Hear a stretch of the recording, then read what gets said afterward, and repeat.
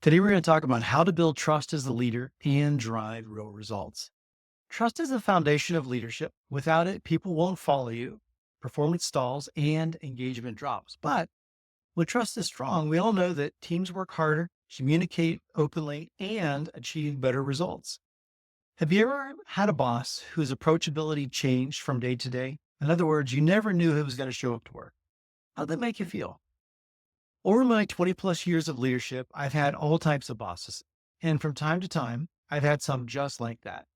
I never knew who I was going to meet that day, what person was going to show up. One day they'd be approachable and supportive, and the next they'd be cold and distant. I never knew what to expect.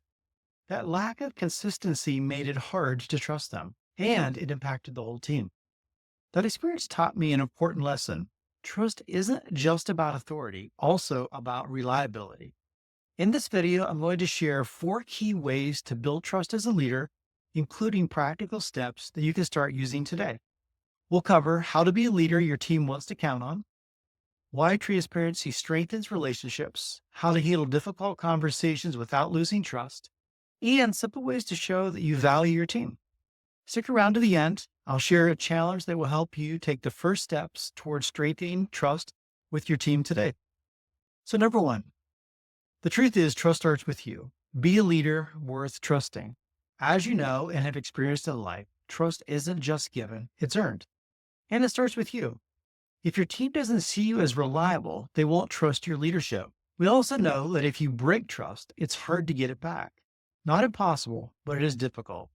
Here are some simple action steps to help build trust. 1, keep your promises. If you say you're going to do something, do it. If things change, communicate why. People will give you the benefit of the doubt if you communicate with them. Number 2, be consistent in your behavior. If your team doesn't know which version of you that they're going to get today, it creates uncertainty. We've all had bad days, but extreme swings on a consistent basis are hard for everyone. When you sense there's problems but people are not talking to you, push into that a little bit and reflect on how approachable and available you've been. 3, own your mistakes. Saying, I got that wrong, and here's what I'm going to do to fix it shows strength, not weakness. We're all human. We all make mistakes. My go-to is to just own it when I make a mistake and say, this is on me, my bad, I'm sorry. I don't then though follow up with a but and fill in like why I made the mistake. I just own it. Now, sometimes if there's reasons why you didn't do something, it's good to fill it in. Like, this is on me.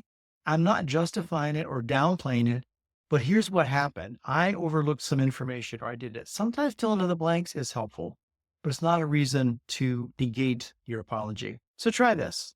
Pick one area you can be more consistent this week, whether it's how you give feedback, how you handle meetings, or how you communicate expectations. So the second way is to build trust through transparency and communication. When leaders keep people in the dark, trust erodes. No one likes to be treated like a mushroom. I don't know if you know that analogy, but mushrooms are grown in dark caves or dark places and fed a bunch of manure. So no one likes to be kept in the dark and fed a bunch of crap. People will fill in the blank gaps with assumptions. And most of the time, those assumptions aren't true or they're definitely not helpful. I found that scheduled communication forces me to grow in this area. I have weekly meetings with my directors, monthly meetings with department heads, and quarterly emails with everyone under me. This doesn't have to be complicated. If you don't know where to start by emailing a few key employees and ask them, hey, I'm working on communicating better with and thinking of doing an email update or a weekly meeting or whatever you want to start with.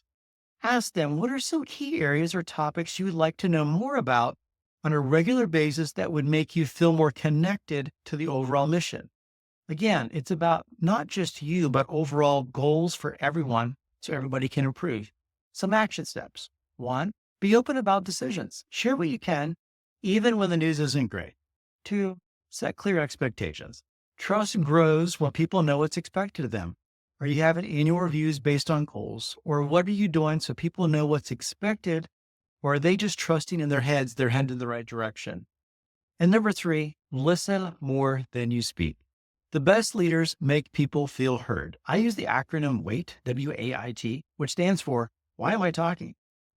Am I building trust or am I just trying to fill the void and may not actually need to fill? So again, wait, why am I talking? Try that one if you're just talking and you're not sure why. So try this. At your next team meeting, ask, what's one thing you wish you had more clarity on? And then follow up with a direct answer or a plan to get one. You don't have to have every answer on the spot. It's okay to follow up. Number three, show you value your team through the power of recognition. People don't just want to work for a paycheck. We all need that, but that's not why we all work. We also want to feel valued. If you want to build trust, your team needs to know their contributions matter. We all have heard it said, people don't leave jobs, they leave their managers. This is so true. This is the number one reason people change their jobs.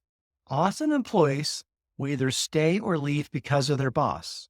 Bad employees, they're just going to stay. As I coach leaders, I've often heard the excuse, oh, we don't want to be unfair, so we have to praise everyone. Everyone gets a reward, which means in my book, no one gets rewarded. That's not true. Everyone does not have to get a gold star. Set the standards and rewards for those who excel.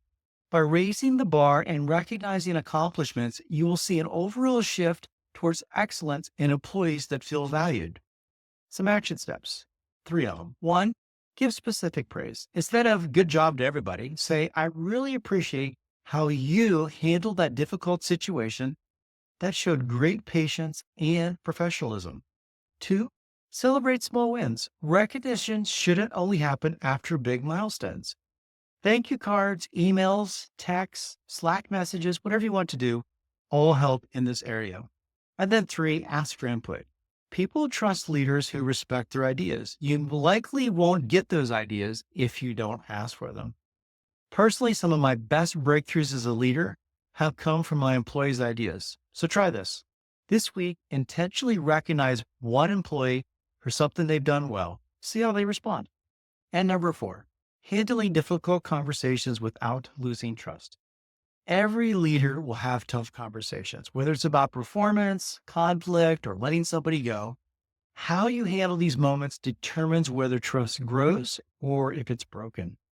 The key here is that you do have to handle difficult situations. They'll always be there, but don't dread them. Have the mindset that this is providing an opportunity for that person and for you to grow.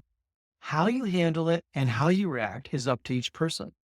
Do your part by being real and lean into these situations with as much transparency about the situation as you can. A few action steps. First, prepare and stay calm. Write down key points before the conversation. Know what you're going to cover. How will you start? Your desired outcome.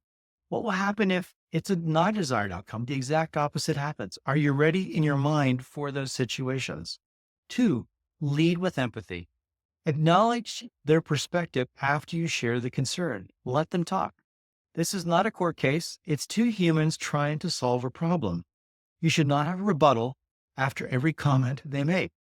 3, use I statements. Instead of, you're not meeting expectations, say, I've noticed some challenges in meeting expectations, and I want to work through them together. 4, end with next steps. Make the conversation lead to a solution with a time frame. If there is no solution, there is still a clear next step that is communicated. So try this. Before your next difficult conversation, take 5 minutes to write down, what's the issue? What's my desired outcome for the meeting? It might just simply be to acknowledge the problem, but whatever that is, how do I want them to feel afterwards? In other words, do I want them to feel informed? They need to consider the information and reflect. What am I looking for? And last, what is one solution we can work towards together? So bringing it all together, building trust isn't about one big action. It's about small, consistent moments that show people you're reliable, honest, and invested in their success. So let's recap.